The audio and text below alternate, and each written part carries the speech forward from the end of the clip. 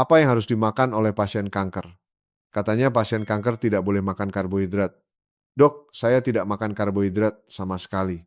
Tapi ini seperti hanya tahu satu hal dan tidak tahu yang lainnya. Lalu, sel normal, kita makan apa untuk hidup? Banyak yang bertanya, apa makanan yang disukai kanker? Kita tidak bisa mengukur seberapa besar kanker tumbuh setelah makan makanan ini, kan? Tapi dengan cara ini, bisa. Halo para subscriber Nutrisi Cerdas. Saya Dr. Budi Santoso, seorang dokter generasi pertama di rumah sakit yang telah hidup bersama pasien kanker selama 16 tahun. Banyak yang bertanya, apa makanan yang disukai kanker? Singkatnya, makanan yang kita sukai, yang membuat kita ngidam, itu juga yang disukai kanker. Katanya pasien kanker tidak boleh makan karbohidrat. Itu benar. Makanan sel kanker adalah karbohidrat. Karbohidrat dalam aksara Han disebut dang gula. Mengapa disebut dang? Karena rasanya manis dan lezat. Sel kanker juga sangat menyukai hal-hal seperti itu. Karbohidrat dianggap buruk dan untuk menjelaskannya, saat melakukan pemindaian PET-CT, pasien disuntik dengan infus. Infus itu adalah glukosa. Namun pada glukosa itu dilapisi dengan zat radioaktif. Ketika disuntikkan, dalam 20 detik zat itu akan menyebar ke seluruh tubuh melalui jantung. Karbohidrat yang dipecah pada akhirnya menjadi glukosa. Saat energi masuk, semua sel akan berebut untuk memakannya. Tentu saja yang paling kuat akan merebut semuanya. Siapakah yang paling kuat itu? Sel kanker atau sel peradangan kronis. Setelah pemindahan PET dilakukan, glukosa masuk dan menyebar ke seluruh tubuh. Jika ada kanker, sel kanker itu akan merebut dan memakan semuanya. Glukosa yang baru saja disuntikkan akan berkumpul di sana. Dan karena ada zat radioaktif yang menempel, radiasi akan terpancar. Gambar yang ditangkap oleh kamera gamma, itulah yang disebut pemindaian PET. Itulah yang paling disukai kanker. Semuanya direbut dan dimakan. Itulah sebabnya banyak orang berkata, "Dok, saya tidak makan karbohidrat sama sekali." Tapi mereka hanya tahu satu hal dan tidak tahu yang lainnya. Lalu, sel normal kita makan apa untuk hidup? Sel normal kita juga hidup dengan memakan karbohidrat. Sel kanker suka karbohidrat dan sel-sel saya juga suka karbohidrat. Lalu, apa yang harus dilakukan? Kita harus banyak mengonsumsi karbohidrat yang baik. Karbohidrat yang baik akan lebih banyak diserap oleh sel normal kita, sementara karbohidrat yang buruk akan lebih banyak diserap oleh sel kanker. Konsep ini kita sebut sebagai indeks glikemik. Karbohidrat adalah gula. Saat kita mengonsumsi karbohidrat, produk metabolisme terakhirnya adalah glukosa. Jika kita makan 100 gram glukosa, 100 gram itu akan diserap ke dalam darah. Indeks glikemik adalah rasio yang menunjukkan berapa gram karbohidrat yang masuk ke dalam darah saat kita makan 100 gram kentang. Apa itu karbohidrat buruk? Rasanya lezat, tapi begitu dimakan, kadar gula darah akan melonjak secara instan. Artinya, karbohidrat tersebut diserap ke dalam darah secara seketika, seperti saat pemindaian PET-CT tadi.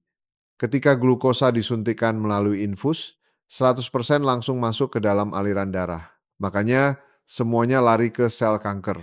Glukosa ini memiliki indeks glikemik 100. Semakin sering kita makan makanan dengan indeks glikemik tinggi, semakin banyak karbohidrat dalam bentuk glukosa yang masuk ke dalam darah secara instan, sehingga semuanya direbut oleh sel kanker. Sel-sel kanker makan sampai kenyang, dan sisanya barulah dimakan oleh sel-sel normal.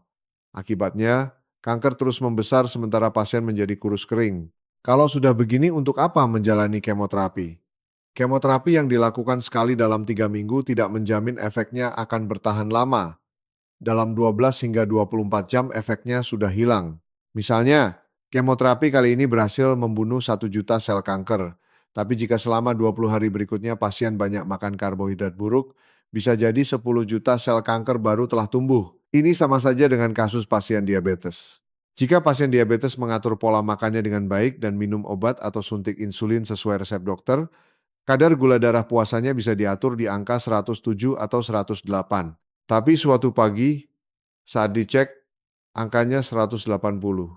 "Nenek, semalam makan apa?" "Oh, semalam makan 1 potong kue beras." Makan 1 potong kue beras di malam hari bisa membuat gula darah pagi harinya mencapai 180. Makanan yang tidak boleh dimakan oleh pasien diabetes seharusnya juga tidak dimakan oleh pasien kanker. Pola makan yang harus dijalani pasien diabetes seharusnya juga diikuti oleh pasien kanker. Mengapa? Karena semuanya ditentukan oleh gula. Kita tidak bisa mengukur seberapa besar kanker tumbuh setelah makan makanan tertentu, kan? Tapi kita bisa melakukan ini, seperti pasien diabetes yang menusuk jarinya untuk mengecek gula darah sebelum makan. Cek juga setelah makan. Angka kenaikannya menunjukkan seberapa banyak glukosa yang kita konsumsi. Anda harus memahami ini. Hal ini dapat dibuktikan dengan sindrom Laron yang mungkin pernah didengar oleh banyak orang. Ini adalah salah satu jenis dwarfisme, dan sebagian besar penderitanya tinggal di daerah pegunungan Andes.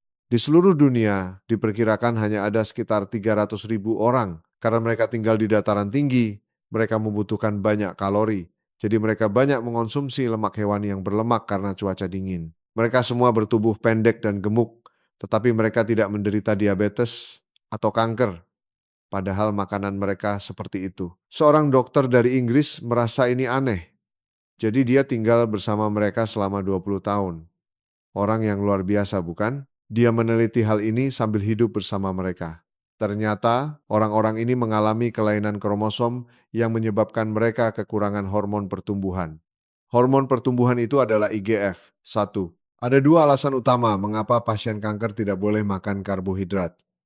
Pertama, jika makan karbohidrat buruk, kadar gula dalam darah akan melonjak secara instan. Akibatnya, sel kanker yang kuat akan merebut semuanya, sehingga kanker tumbuh. Kedua, ketika makan karbohidrat buruk dan kadar gula darah melonjak, otak akan merasakannya. Oh, gula darah naik. Otak kemudian memerintahkan pankreas. Hei, cepat bangun. Cepat produksi insulin sekarang. Apa itu insulin? Insulin adalah kendaraan pengangkut. Ia adalah kurir yang memindahkan glukosa dari darah ke dalam sel. Jadi, otak memerintahkan pankreas untuk segera membuat insulin. Pankreas pun mulai memproduksi insulin secara besar-besaran. Namun saat pankreas memproduksi dan melepaskan insulin ke dalam darah, ada zat bernama IGF-1 atau dalam bahasa Inggris Insulin-like Growth Factor 1, yaitu hormon pertumbuhan yang mirip dengan insulin. Zat ini juga ikut dilepaskan ke dalam darah. Apa tugasnya? Menumbuhkan sel. Sel apa? Sel kanker yang ada di dalam darah. Jika kita banyak makan karbohidrat buruk dengan indeks glikemik tinggi, kita tidak hanya memberi makan sel kanker, tetapi juga melepaskan hormon pertumbuhan yang menumbuhkan sel kanker. Bayangkan betapa senangnya sel kanker itu. Apakah pantas kita makan makanan buruk seperti ini sambil menjalani kemoterapi yang berat? Lalu bagaimana seharusnya kita makan? Karbohidrat adalah sumber energi. Tentu saja sel normal butuh banyak energi. Kita harus banyak makan. Makan apa? Karbohidrat yang baik. Kita butuh energi untuk menjaga suhu tubuh, berjalan, jantung berdetak, mata melihat, dan telinga mendengar, kan? Bukan hanya kanker yang suka karbohidrat. Saya juga butuh karbohidrat untuk hidup. Jadi, makanlah karbohidrat yang baik. Karbohidrat yang baik adalah yang ketika dimakan, kadar gula darah naik perlahan dan turun perlahan. Karbohidrat baik seperti ini akan didistribusikan secara merata ke semua sel. Karbohidrat buruk menyebabkan lonjakan tajam gula darah. Lonjakan instan itu akan diambil terlebih dahulu oleh sel kanker, dan sisa-sisanya baru untuk sel normal. Karbohidrat yang baik itu ada pada sayuran. Mengapa sayuran? 80% dari sayuran adalah serat pangan. Kita bukan hewan pemamah biak, jadi kita tidak bisa menguraikan serat menjadi glukosa. Serat itu akan mengembang di dalam perut, lalu keluar sebagai feses. Ini sangat baik bagi penderita obesitas, terutama yang mengalami sembelit. Karena memberikan rasa kenyang, kita tidak bisa makan terlalu banyak. Rasa kenyang didapat, tapi kalorinya rendah. Jadi sangat cocok untuk menurunkan berat badan. Urutan makan juga penting. Biasanya kita makan nasi, lalu sayur atau lauk pauk. Tapi saat makan makanan gaya barat, bagaimana? Kita makan salad dulu, baru makanan lain. Urutan itu lebih tepat. Coba lihat saat makan shabu-shabu. Daging hanya perlu dicelup sebentar. Harus segera diangkat. Tapi sayuran harus direbus cukup lama. Mengapa? Saat kita makan sayuran, kita harus mengunyahnya. Dan itu pun sulit. Setelah dikunyah, butuh waktu lama bagi lambung untuk mencernanya dan mengirimkannya ke usus. Setelah itu, barulah kita makan nasi merah atau kacang-kacangan, sehingga waktu tibanya di usus akan selaras. Jika kita makan makanan dengan indeks glikemik 10 dan 1 bersamaan, hasilnya bukan 5, melainkan bisa turun menjadi 3 atau 2. Jadi, urutan makan itu penting. Singkatnya, jangan makan yang buruk, karbohidrat buruk yang disukai sel kanker, yang menumbuhkan sel kanker, dan juga memicu hormon pertumbuhan sel kanker, yaitu karbohidrat yang cepat diserap. Apa itu? Nasi putih, tepung terigu, hal-hal seperti ini jangan dimakan. Selanjutnya, jangan makan zat karsinogenik yang menyebabkan kanker. Makanan olahan daging, daging merah, bahan tambahan kimia. Hal-hal seperti ini jangan dimakan. Lalu apa yang harus dimakan? Makanlah banyak karbohidrat yang baik. Apa itu? Sayuran. Sayuran baik untuk menurunkan indeks glikemik dan juga menyediakan energi dari karbohidrat, tetapi juga mengandung koenzim yang melancarkan metabolisme sel, seperti vitamin, mineral, dan lainnya. Di mana itu semua terkandung? Apakah ada di daging sapi? Apakah banyak di daging ayam? Ada di sayuran. Pasien datang dan berkata, saya pilek, tolong suntik vitamin C. Saya hipertensi, apakah boleh disuntik vitamin C? Saya sangat lelah, tolong beri saya suntikan vitamin. Bahkan ada yang berkata, saya pasien kanker, saya tidak mau kemoterapi, tolong sembuhkan saya dengan vitamin. Apakah kanker bisa sembuh dengan suntik vitamin C? Saya benar-benar frustrasi. Saya ini orang yang pernah menjabat sebagai ketua ke-3 Asosiasi Penelitian Vitamin C dan Kanker. Sekarang, saya harus mengatakan kebenaran secara objektif. Musik, saya pernah menjabat sebagai ketua ke-3 Asosiasi Penelitian Vitamin C dan Kanker. Sekitar tahun 2010, di Amerika Serikat ada sebuah rumah sakit bernama Riordan Clinic yang merawat pasien kanker dengan vitamin C. Seorang dokter Korea yang belajar metode pengobatan di sana ingin menyebarkannya di Korea. Jadi 7 orang dokter pertama kali membentuk asosiasi bernama Asosiasi Penelitian Vitamin C dan Kanker untuk merawat pasien kanker dengan vitamin C. Itulah awal mula penggunaan vitamin C untuk pengobatan kanker di negara kami. Saya dan para pengurus asosiasi lainnya telah berusaha keras untuk menyebarkan manfaat vitamin C. Selama beberapa waktu ada kontroversi besar mengenai vitamin C. Ketika disebut vitamin C, para profesor di universitas menjadi heboh. Saya sering berdebat di acara siaran. Mereka bilang vitamin C bisa membunuh. Tapi sekarang, banyak dokter onkologi konvensional di universitas yang mengakui manfaat vitamin C. Sekarang, tidak ada rumah sakit di seluruh negeri yang tidak menyediakan suntikan vitamin C, kan? Tapi sekarang muncul efek samping. Apa itu? Vitamin C dianggap sebagai obat mujarab untuk segala penyakit. Terlalu banyak orang yang hanya mau menggunakan vitamin C dan menolak kemoterapi atau radioterapi. Ada juga orang-orang yang menghasut hal ini. Terutama dari sudut pandang pasien kanker, anggapan bahwa kanker bisa ditaklukkan hanya dengan vitamin C adalah hal yang tidak masuk akal. Sekarang, saatnya untuk mengatakan kebenaran secara objektif. Musik dulu, jika tidak mengonsumsi minimal 30 hingga 50 mg vitamin C per hari, kita bisa terkena penyakit skorbut. Pengetahuan tentang vitamin C berawal dari situ kan. Dulu di era pelayaran besar, ketika berlayar, sayuran habis dan para pelaut tidak bisa memakannya, sehingga mereka menderita skorbut yang menyebabkan pendarahan. Setelah diteliti ternyata itu karena kekurangan pasokan vitamin C dari sayuran. Tapi, apakah ada orang di negara kita sekarang yang menderita skorbut? Menggunakan vitamin C untuk mencegah skorbut sudah tidak relevan lagi bagi kita. Lalu bagaimana kita harus menggunakan vitamin C? Vitamin C memiliki banyak sekali peran. Meningkatkan imunitas adalah salah satu fungsi dasarnya. Semua sel melakukan metabolisme, kan? Dalam proses metabolisme itu, ada yang namanya koenzim, ada pelumasnya. Dalam pelumas itu, vitamin C seperti bumbu wajib di setiap masakan. Selalu ada di mana-mana.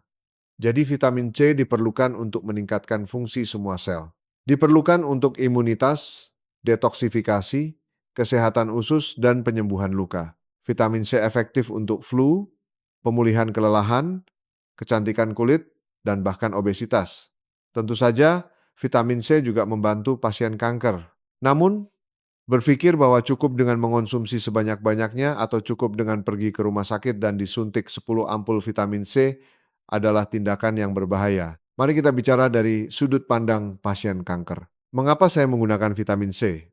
Apakah tujuannya untuk menyerang sel kanker, untuk meningkatkan imunitas, atau untuk detoksifikasi efek samping kemoterapi? Penggunaannya harus sesuai dengan tujuan. Dosis vitamin C harus disesuaikan dengan tujuannya. Vitamin C memiliki peran yang berlawanan tergantung pada dosisnya. Ini adalah pedang bermata dua. Pada dosis rendah, ia memiliki kemampuan antioksidan dan meningkatkan imunitas. Pada dosis yang sangat tinggi, efeknya berlawanan. Ia menghasilkan radikal bebas yang berfungsi untuk membunuh sel. Oh, saya terkena flu. Saya harus meningkatkan imunitas. Aduh, saya sangat lelah. Sepertinya banyak radikal bebas. Dalam kasus seperti itu, Cukup mengonsumsi vitamin C dosis rendah. Meskipun pasien kanker, jika tujuannya untuk meningkatkan imunitas atau fungsi antioksidan, dosis rendah sudah cukup. Tidak, saya sedang menjalani kemoterapi dan ingin vitamin C bertindak seperti kemoterapi untuk membunuh sel. Pada saat itu, dosis tinggi harus digunakan. Pasien yang menjalani terapi vitamin C sering bertanya tentang dosis vitamin C oral. Dulu, saat kami pertama kali meneliti vitamin C dan kanker, kami berkata, berapa dosis yang harus diminum? Kami menyebutnya bowel tolerance dose. Apa artinya? Vitamin C memiliki 2 atau 3 efek samping. Efek samping pertama, ini bukan untuk vitamin C suntik, tapi jika mengonsumsi vitamin C oral terlalu banyak, akan menyebabkan diare. Ada orang yang diare hanya dengan 1000 mg, ada juga yang baru diare setelah 5000 mg. Jadi kami mengajarkan, minumlah sampai dosis sebelum diare. Dan bagaimana cara meminumnya? Minumlah 6 kali sehari. Minimal 4 sampai 6 kali sehari. Minumlah yang banyak. Begitulah yang kami ajarkan. Tapi semua ilmu pengetahuan begitu kan? Kebenaran 10 tahun lalu belum tentu masih menjadi kebenaran sekarang. Itu bukan ilmu pengetahuan. Dulu kita pikir begini, tapi setelah penelitian lebih lanjut, ternyata bukan begitu. Ada sedikit kekeliruan. Tesis baru harus terus muncul agar ilmu pengetahuan berkembang, kan? Setelah tahun 2000, banyak tesis baru yang muncul. Ini tentang berapa banyak vitamin C oral yang harus dikonsumsi. Banyak tesis setuju bahwa mengonsumsi lebih dari 2,4 gram atau 2.400 mg per hari adalah tindakan bodoh. Sebanyak apapun yang kita makan, tubuh kita hanya akan menyerap 2.400 mg ke dalam darah dan sisanya akan dibuang. Selain itu, anggapan bahwa dengan terus mengonsumsi 2.400 mg dengan jeda 4 jam akan menumpuk di dalam darah dan memberikan efek seperti suntikan, itu tidak benar. Mengonsumsi vitamin C 1000 mg 2 kali sehari, pagi dan malam, jadi total sekitar 2000 mg per hari, itu bermanfaat bagi semua orang. Orang sehat, orang sakit, orang obesitas, penderita hipertensi, orang yang ingin awet muda, dan juga pasien kanker, semuanya mendapat manfaat. Anggap saja ini sebagai dosis dasar. Namun, berpikir bahwa dengan makan lebih banyak, konsentrasi vitamin C dalam darah akan meningkat dan efeknya berlipat ganda, itu adalah pemikiran yang keliru. Sebanyak apapun yang kita makan, tubuh kita tidak akan pernah menyerap lebih dari 2000 mg vitamin C. Sisanya langsung dibuang. Berbicara tentang dosis, ada cerita menarik.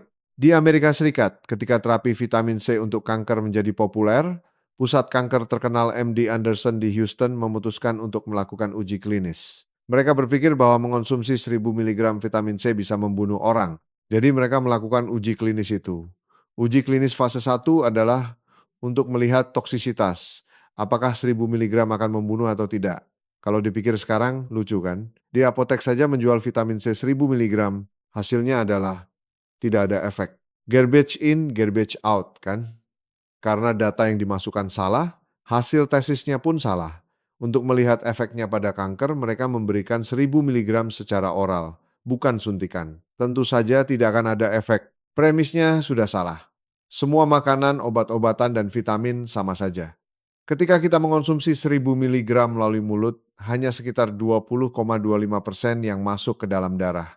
Meskipun makan 1000 mg, konsentrasi dalam darah hanya sekitar 200,250 mg. Konsentrasi sebesar itu fungsinya apa?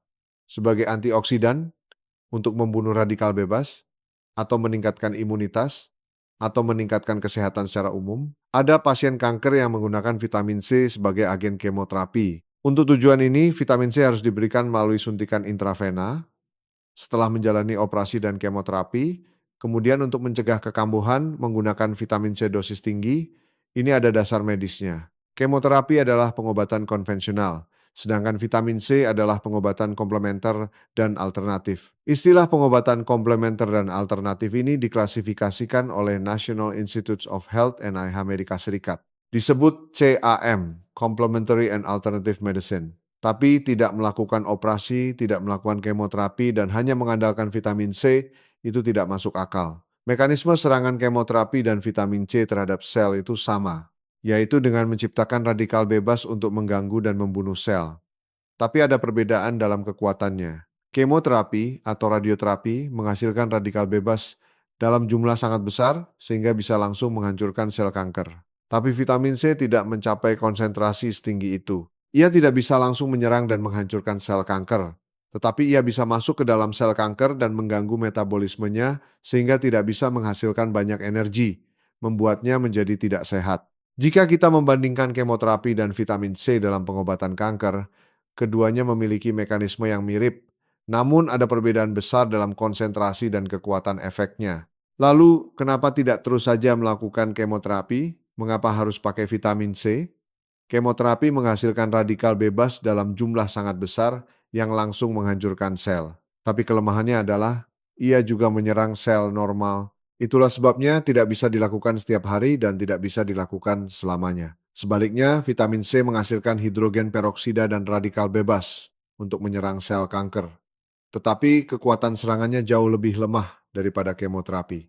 Ibaratnya, kemoterapi adalah meriam, sedangkan vitamin C adalah senapan. Tapi masalahnya, ketika radikal bebas yang dihasilkan vitamin C masuk ke sel normal akan mengubahnya kembali menjadi air melalui hidrolisis.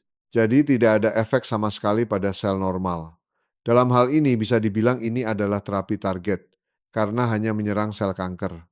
Ada kelebihan seperti ini, jadi bisa disuntikkan setiap hari, bisa disuntikkan selamanya. Tapi kelemahannya adalah dari segi kekuatan, ia tidak akan pernah bisa menandingi kemoterapi.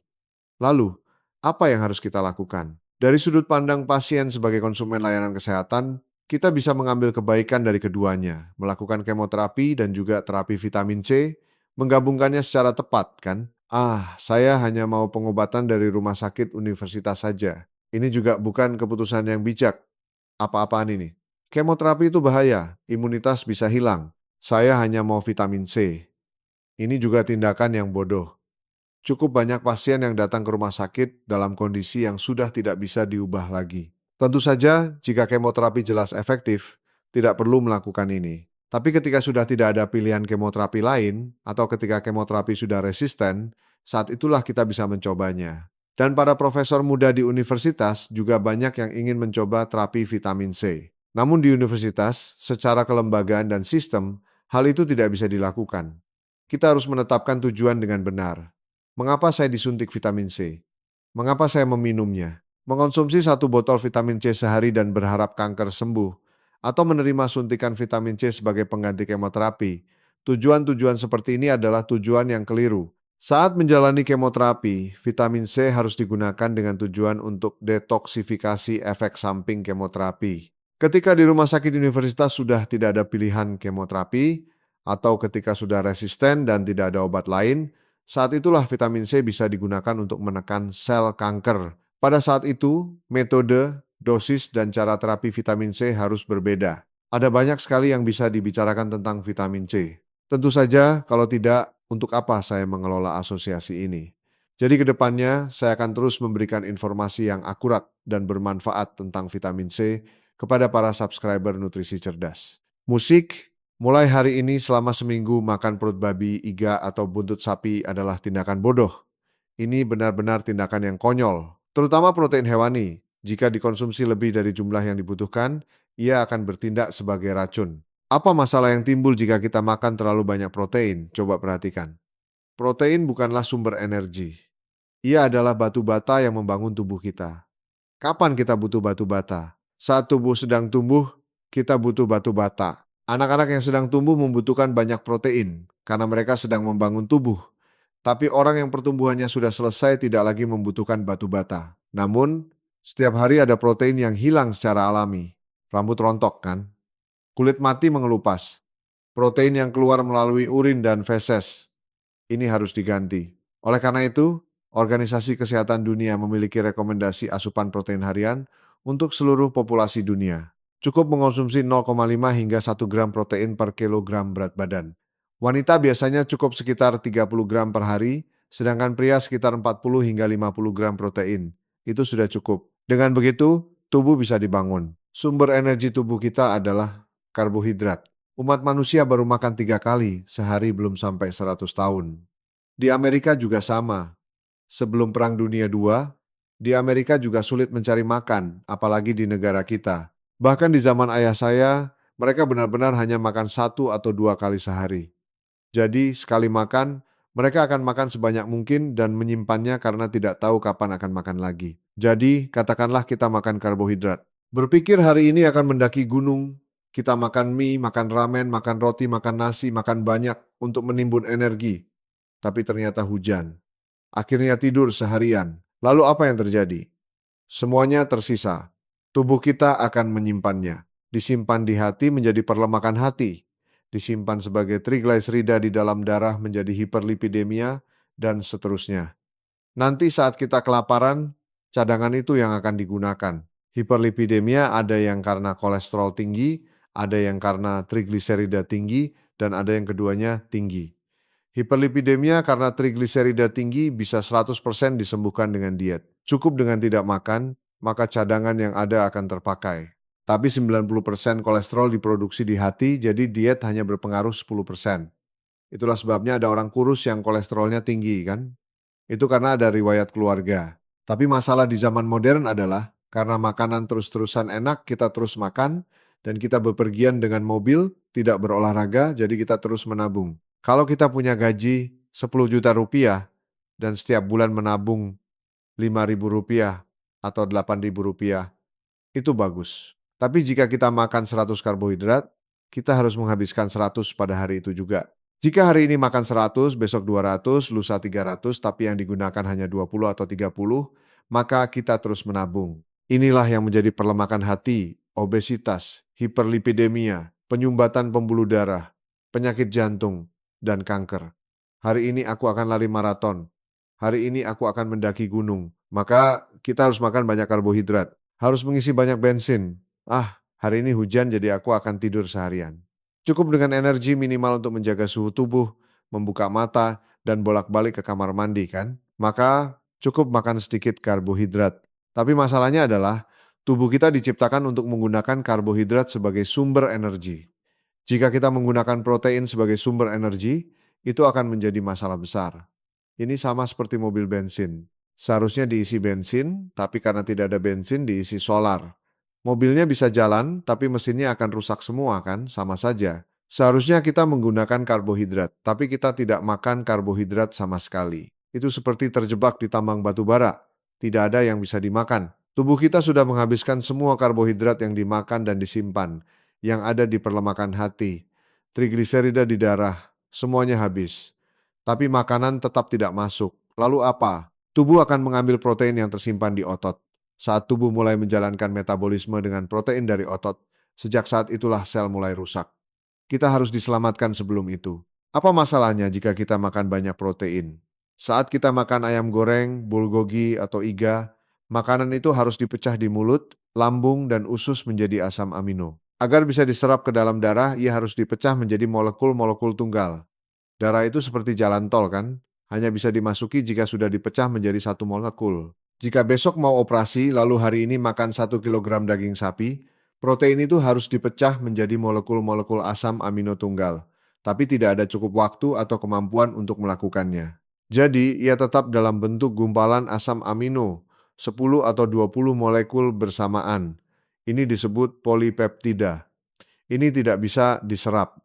Protein tidak bisa disimpan hanya karena kita makan banyak hari ini. Jadi, jika minggu depan ada operasi besar lalu mulai hari ini selama seminggu makan perut babi, iga, atau buntut sapi, itu tindakan bodoh. Gumpalan asam amino yang seharusnya dipecah menjadi molekul tunggal untuk masuk ke darah, karena tidak bisa, akhirnya membusuk di usus dan menyebabkan diare. Dan coba cium bau kentut setelah makan daging, baunya sangat menyengat.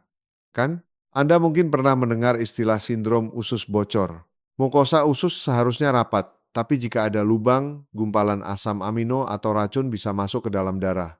Jadi ini beredar sebagai racun. Terutama protein hewani, jika dikonsumsi lebih dari jumlah yang dibutuhkan, ia akan bertindak sebagai racun. Kalaupun tidak bertindak sebagai racun, ia tidak akan diserap sebagai nutrisi oleh tubuh kita dan akan langsung keluar sebagai diare.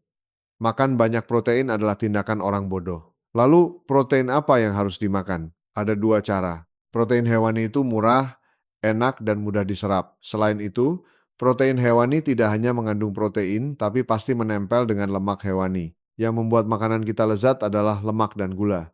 Protein hewani pasti tercampur dengan lemak hewani, jadi rasanya sangat enak. Apalagi kalau dimasak lebih enak lagi, tapi protein nabati tidak enak. Makanan hewani sedikit saja sudah cukup untuk kalori dan energi. Tapi untuk mendapatkan kalori dan nutrisi yang sama, kita harus makan sayuran sebanyak ini. Butuh banyak usaha dan rasanya tidak enak. Glukosa harus menjadi sumber energi, tapi jika asam amino hasil pemecahan protein yang masuk dan digunakan, sel akan rusak.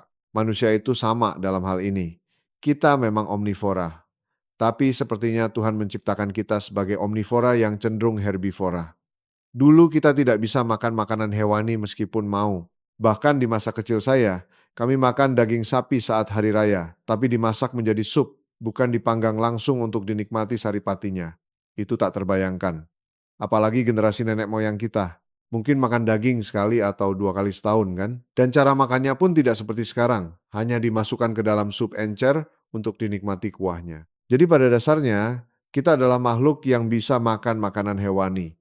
Tapi pada akhirnya diciptakan untuk makan sayuran. Mesin tubuh kita juga. Semuanya dibuat untuk menggunakan karbohidrat sebagai bahan bakar. Bukan protein, bahan makanan hewani itu sendiri. Anda suka ayam goreng kan? Katanya satu ekor ayam dipelihara di kandang seukuran kertas A4. Coba bayangkan, kita ditaruh di sana. Betapa stresnya. Maka zat-zat buruk untuk mengatasi stres akan keluar di dalam tubuhnya. Belum lagi disuntik antibiotik, disuntik hormon pertumbuhan. Sudah tidak bagus, ditambah cara beternak yang buruk. Jadi semakin buruk. Memang harus makan makanan hewani, tapi banyak dilemanya. Jadi, pertama-tama, mari kita banyak makan sayuran. Diet terapi itu bisa dibilang adalah pola makan yang ekstrim kan? Pola makan ekstrim bisa berbahaya. Agar diet menjadi terapi, dibutuhkan 2 syarat.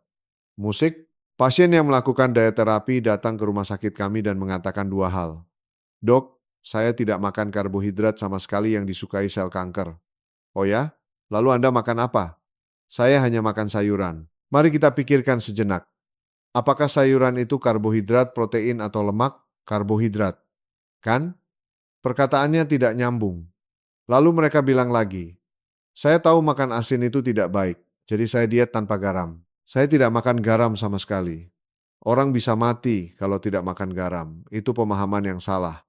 Diet terapi itu bisa dibilang adalah pola makan yang ekstrim. Ketika saya memeriksa darah orang yang datang setelah melakukan diet terapi versinya sendiri, polanya terlihat jelas.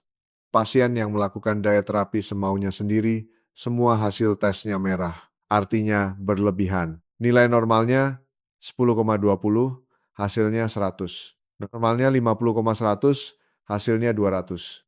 Tapi orang yang melakukan diet terapi dengan caranya sendiri, semua angkanya turun. Penyakitnya mungkin bisa sembuh, tapi keseluruhan tubuhnya sedang rusak. Orang yang melakukan diet terapi bukan untuk kesehatan umum, melainkan untuk tujuan penyembuhan penyakit, harus melakukannya di bawah bimbingan ahli dan melakukan pemeriksaan rutin untuk pemantauan. Banyak yang tertarik dengan diet terapi, tetapi agar diet menjadi terapi, diperlukan 2 syarat. Pertama, harus ada jumlah tertentu. Kuantitasnya harus cukup dan harus dilakukan selama periode waktu tertentu. Apakah makan makanan baik sekali saja langsung ada efeknya? Obat, sekali minum bisa ada efeknya. Makanan tidak seperti itu. Ada pasien yang datang dengan perut membuncit karena asites lalu minta diet terapi. Saya tanya, sehari makan berapa banyak? Biasanya orang seperti itu seharian hanya bisa makan sekitar 1 cangkir kopi. Dengan kondisi makan sesedikit ini bagaimana mau melakukan diet terapi? Anda bukan saatnya melakukan diet terapi, tapi harus segera ke UGD untuk mengatasi asitesnya dulu, baru bisa melakukan sesuatu. Ketika saya bilang begitu, mereka marah dan pergi. Katanya mau memberikan diet terapi, ternyata omongannya sama saja dengan dokter lain. Begitu katanya. Tapi masalahnya adalah orang yang melakukan diet terapi sendiri tahu ini, saya harus makan sayuran. Jadi dia hanya makan sayuran, tapi jumlahnya sama seperti saat dia makan segala macam makanan. Misalnya, sayuran sebanyak ini, kalau dibuat urap hanya jadi segini, kalau di jus hanya segini, kalau mau dimakan sebagai salad harus makan sebanyak ini dalam sehari. Tapi karena dia hanya makan segini, sama seperti saat dia makan ini dan itu. Karena kalorinya rendah dan porsinya kecil, racun dalam tubuh memang akan keluar semua. Rasa lelah hilang, kulit jadi bagus, semuanya membaik. Tapi jika ini dilakukan terlalu lama, akan terjadi defisiensi semua nutrisi. Saat diperiksa darahnya, semua angkanya di bawah normal. Dokter-dokter konvensional belum pernah melihat hasil tes darah seperti ini. Mereka hanya melihat pasien yang angkanya tinggi, bukan yang rendah. Jadi mereka tidak bisa menginterpretasikannya. Lalu mereka bilang, hasil tes darah Anda bagus dan menyuruh pasien pulang. Tapi kalau kita lihat satu persatu, orang ini punya masalah. Untuk tidak makan yang buruk dan hanya makan yang baik, pada akhirnya kita harus mengarah ke pola makan nabati. Tapi untuk itu, jumlah sayuran yang dimakan harus sangat ditingkatkan. Hamburger, cukup makan segini untuk bertahan hidup sehari. Tapi kalau bilang, sebagai gantinya saya hanya akan makan sayuran, maka harus makan sebanyak ini. Tapi saat makan sayuran, dia hanya makan segini. Selama 1-2 bulan, beberapa bulan, tubuh mungkin akan membaik. Tapi jika ini berlanjut selama 1 atau 2 tahun, akan terjadi defisiensi nutrisi yang justru merusak kesehatan. Jadi, diet terapi dengan tujuan tertentu harus dilakukan bersama ahli. Jika tidak, pola makan yang ekstrim justru bisa berbahaya. Ada pemahaman yang salah secara mendasar. Nutrisi kita secara garis besar ada 2 jenis.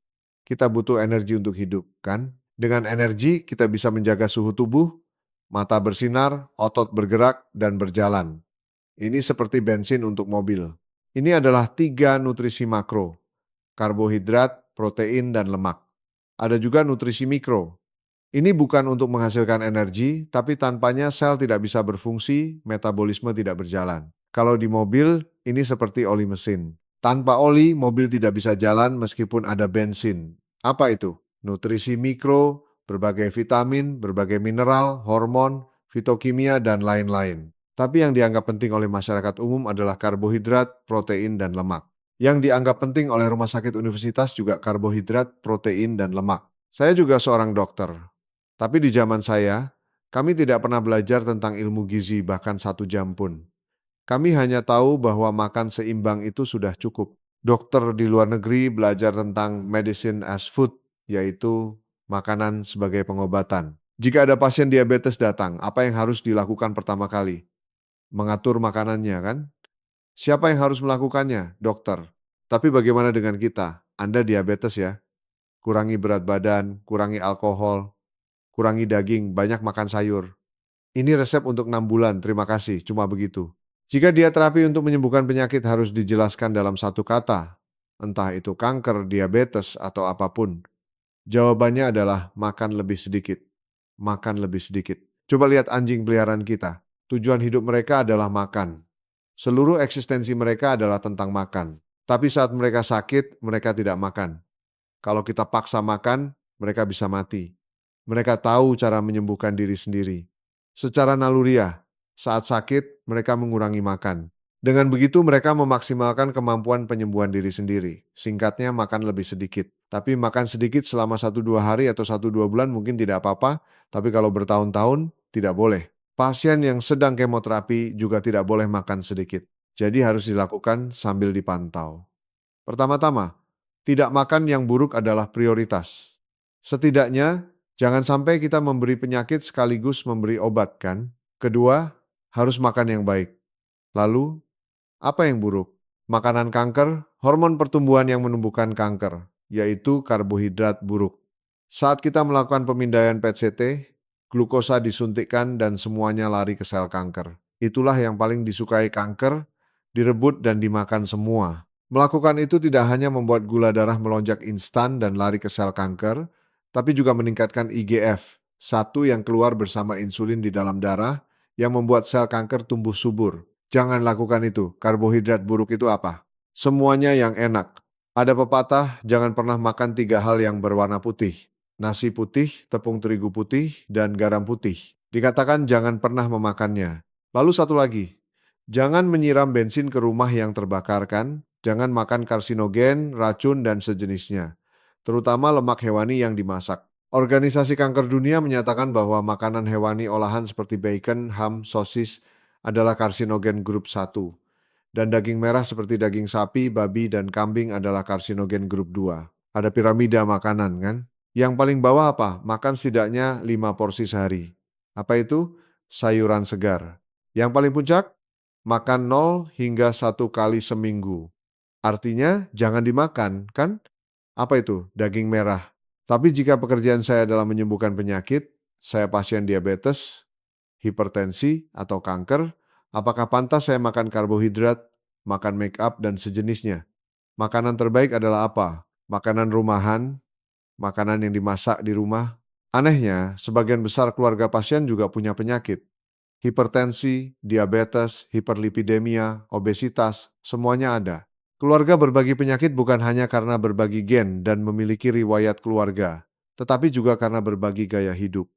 Karena sama-sama tidak berolahraga, sama-sama makan yang buruk. Diet terapi jika dilakukan bersama keluarga, anggota keluarga akan cepat membaik. Hipertensi dan diabetes akan cepat membaik. Hanya kanker yang butuh waktu lama. Tergantung pada tingkat keparahan penyakit, jika sudah lewat 5 tahun dan tujuannya mencegah kekambuhan, dalam kasus seperti itu saya bisa katakan Anda boleh makan lebih bebas sekitar 30%.